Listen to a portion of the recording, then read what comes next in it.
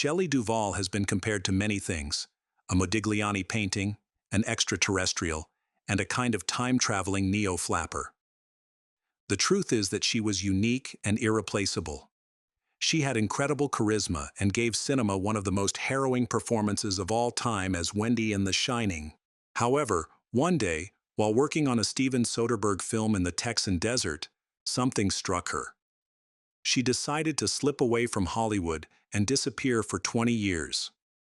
The media hunted her down to no avail. Finally, the truth was revealed in the most awful way possible.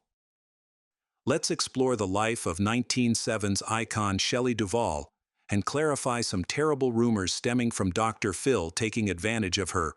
Apart from her 2 decades in Hollywood, Shelley Duvall lived most of her life within a 200-meter radius in Texas. She was born in Fort Worth on July 7, 1949, to Bobby Ruth Crawford and Robert Richardson Bobby Duvall. After having 3 more children, all boys, the family eventually settled in Houston. Her father was a cattle auctioneer who later became a criminal lawyer. Her mother succeeded in real estate, founding her own company, Space City Realty, in Houston. As a child, Duvall was energetic, earning the nickname Manic Mouse from her mother. In high school, Duvall was a straight-A student who dreamed of becoming a scientist. However, in 1 grade, her grades began to drop as she became interested in boys and adopted a unique style, including white go-go boots, a page boy haircut, and large false eyelashes. She started dating a long-haired greaser and riding around in his Ford Mustang. Her aspirations in science ended once and for all after she dropped out of South Texas Junior College in Houston. She met her first and only husband, a long-haired artist named Bernard Sampson. Shelley Duvall's journey into acting was anything but conventional. Duvall recalled meeting her then-partner, artist Bernard Sampson, at a benefit for the astronauts lost in the 1967 Apollo 1 disaster. At the time, she was modeling a daring Rudy Gernreich bathing suit with cutouts. Eager to support Sampson's art career, Duvall began brainstorming ways to make money. Her big break, however, came unexpectedly. While they were staying at Sampson's parents' house, Duvall hosted a party to sell his artwork, hoping to raise enough money to move out. Among the guests were 3 crew members from Brewster McCloud. Charmed by Duvall's quirky energy and unique style, they suggested she be introduced to a couple of art patrons. Little did she know, this was actually a secret audition for Altman and his producer, Lou Adler. Duvall showed up for the meeting in an embroidered Mexican blouse, patched jeans adorned with bells, and carrying a stack of paintings. Lou Adler later described her as a flower. Initially, Duvall thought she'd stumbled into something shady, but after learning about Altman's credentials, she agreed to a Polaroid test. The test, held at the Rose Garden near the Houston Zoo, left Altman stunned. Her unconventional beauty would go on to fascinate many. Some called her the Queen of Awkward Beauty, but Duvall's magnetism was undeniable. Duvall got the role. This marked the start of a fruitful partnership between Duvall and Altman. Over the years, they collaborated on 7 films, a number that seemed to have a curious significance in her life. Their first project, Brewster McCloud, was already in production when Altman met Duvall. In this whimsical bird-themed fantasy, she played Suzanne, a bird-like tour guide at the Houston Astrodome. While the film received mixed reviews at the time, it has since gained a cult following. Duvall's journey from selling paintings to starring in Altman's films was as unpredictable as it was extraordinary. Her unique beauty made her a star, not because she fit Hollywood's mold, but because she shattered it. In 1971, Shelley Duvall took on another supporting role in Robert Altman's McCabe and Mrs. Miller. She played Ida, a mail-order bride who arrives in town to marry Bart Coyle. Her performance left a lasting impression, particularly the knowing glance she shares with Mrs. Miller at Bart's funeral. Altman described the film as an anti-Western, breaking away from the usual Western cliches. Shot in the chilly landscapes of British Columbia during late 1970, the movie premiered on June 24, 1971. Over time, it gained widespread critical praise, with Julie Christie even snagging an Oscar nomination for Best Actress. By the time Thieves Like Us hit screens in 1974, Duvall had earned top billing under Altman's direction. She portrayed Kichi, a mechanic's daughter in Depression-era Mississippi who falls for an escaped convict, played by Keith Carradine. The movie was based on Edward Anderson's novel, which had also inspired the 1948 film They Live by Night. Her charm was utterly natural and irresistible, as if she were simply herself on screen. Thieves Like Us proved Duvall had real acting chops. She was confident to explore roles with other directors, though she stayed with Altman for 3 more films before branching out. Around this time, her fame began to rise, and she earned the nickname Texan Twiggy, a nod to the famous British model of the 1960s. In 1974, Duvall and her husband Samson decided to move to LA to focus on her career. They'd been married since 1970 and settled into a small cabin above a 1-car garage near Griffith Park Observatory. Unfortunately, their marriage ended later that same year. At the time, Hollywood was undergoing a creative revolution, shifting toward a bold, new Hollywood. Duvall found herself swept up in this wave, becoming a muse for one of its most prominent directors. Looking back on her early days in LA, Duvall described them as both exciting and quiet. She spent a lot of time waiting for directors to call, though those calls didn't come as often as she'd hoped. On the flip side, she also attended more glamorous gatherings at the homes of Hollywood big shots, like Superman director Richard Donner. These events, she recalled, were mostly about showcasing young talent. In 1975, Duvall landed her next big role when Robert Altman cast her in Nashville. The film, set over 5 days, follows the lives of various characters in Nashville's country.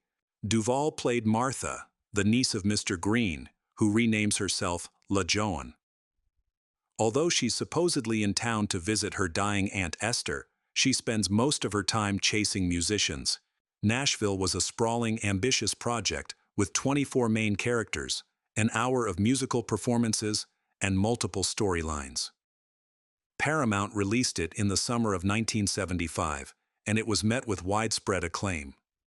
Critics praised the ensemble cast, particularly Ronee Blakley and Lily Tomlin, the film's intricate storytelling, and its rich soundtrack. It racked up 5 Academy Award nominations, including Best Picture, Best Director, and Best Supporting Actress nods for Blakley and Tomlin. Keith Carradine, I'm Easy, even won Best Original Song. Over the years, Nashville has been hailed as Altman's masterpiece and one of the greatest films ever made. Duvall collaborated with Altman again in Buffalo Bill and the Indians, or Sitting Bull's History Lesson, playing the wife of President Grover Cleveland. However, this 1976 revisionist Western didn't resonate as well as Altman's earlier work. While it struggled domestically, European audiences embraced it, and it even snagged the Golden Bear at the Berlin Film Festival. Later that same year, Duvall headed to New York for a small but memorable role in Woody Allen's Annie Hall. She played a shallow Rolling Stone reporter. During filming, Duvall met Paul Simon, who also appeared in the movie as a record producer.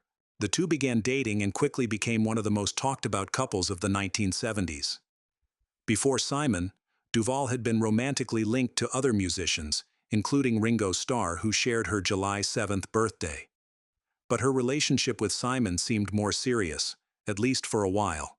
The couple spent some time apart while Duvall worked on Altman's 3 Women, a project that became a breakthrough moment for her career. Filmed over 6 weeks in sunny Palm Springs, 3 Women dives into the peculiar and tangled lives of its characters.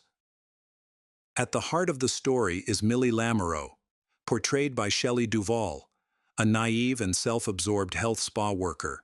Millie, in her quest for companionship, invites her co-worker Pinky, played by Sissy Spacek, to move in as her roommate. The 3rd woman in the title refers to Willie Hart, an enigmatic artist played by Janice Rule. Duvall's performance in 3 Women was nothing short of remarkable. Spacek fondly described her co-star as funny, kind, and deeply dedicated to her craft. Duvall's commitment paid off, earning her widespread acclaim. Even the legendary critic Roger Ebert was captivated. Her portrayal was so powerful that it won her the Best Actress award at the 1977 Cannes Film Festival. In one of the film's most harrowing moments, Millie is forced to deliver a stillborn baby, while Pinky coldly ignores her cries for help. This raw, emotionally charged scene caught the attention of Stanley Kubrick, who later cast Duvall in The Shining.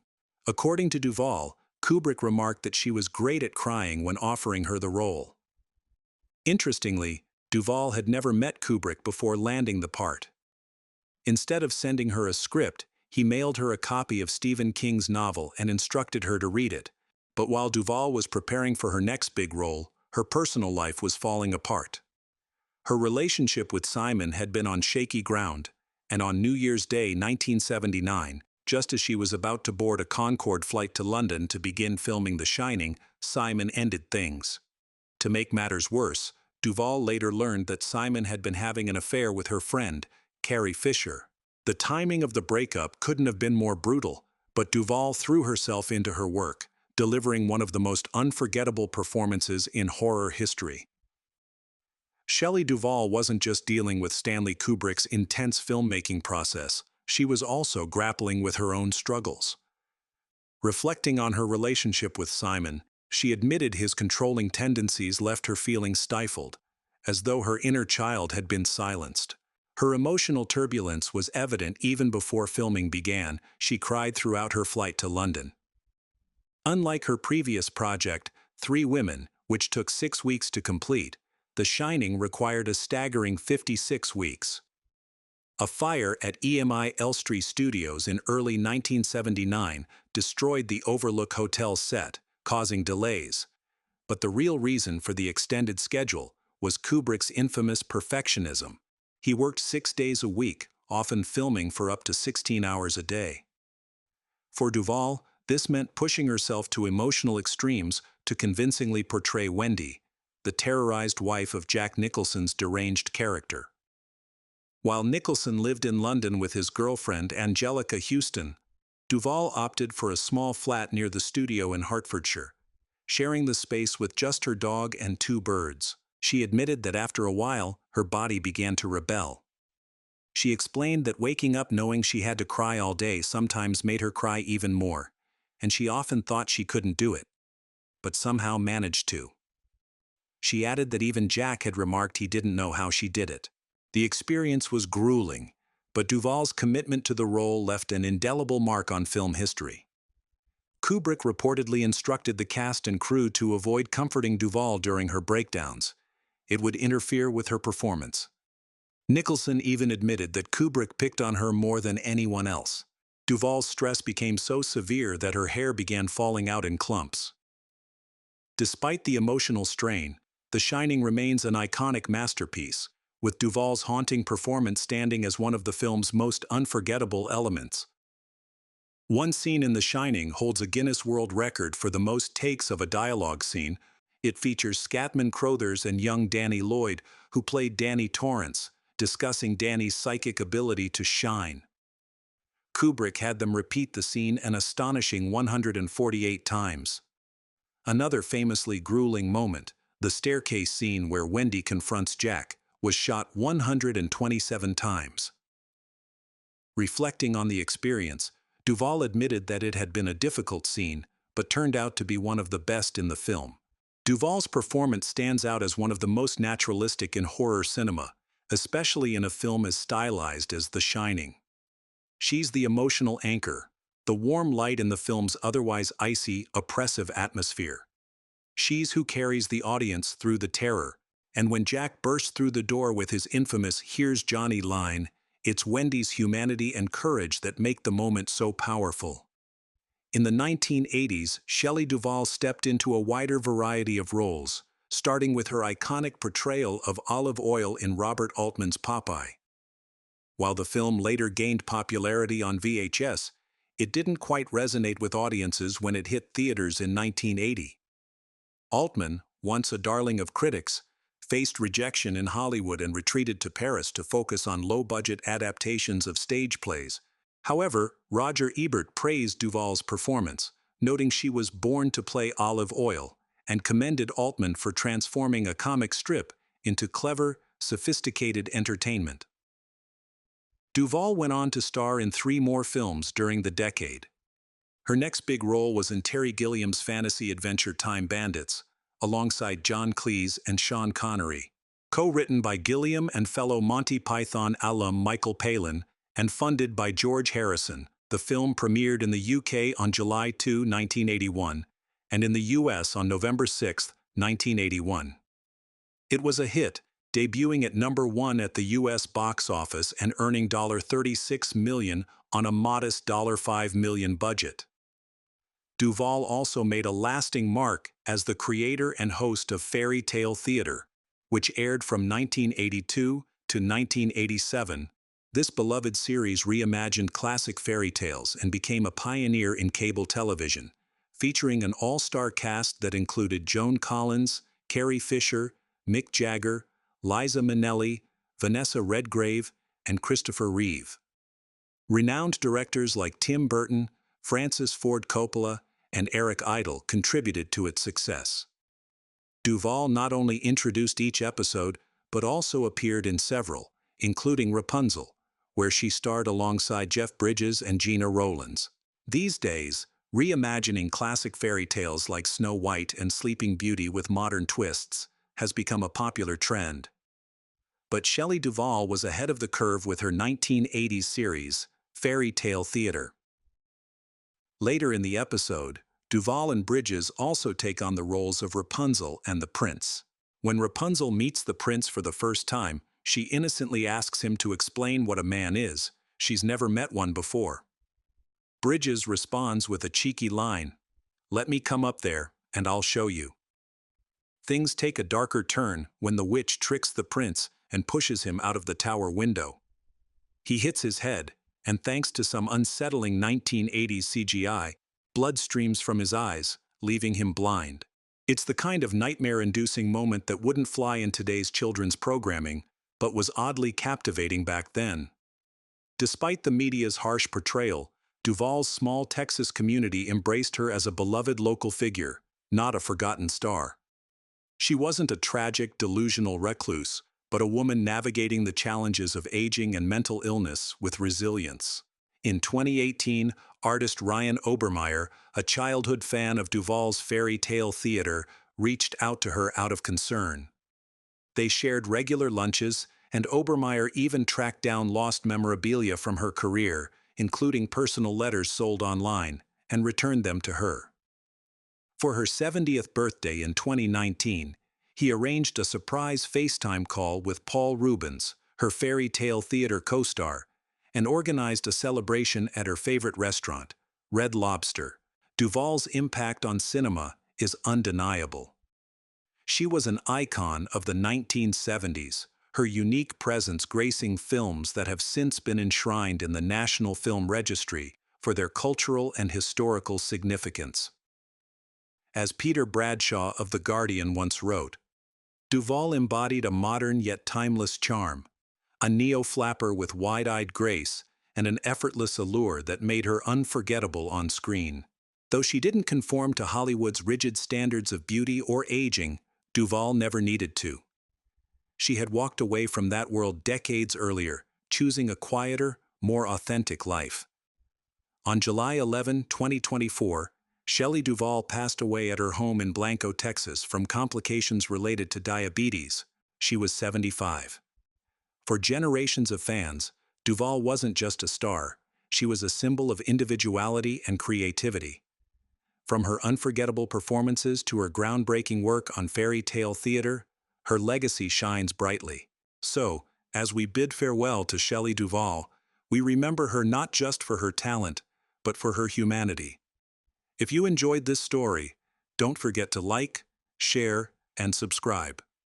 Until next time.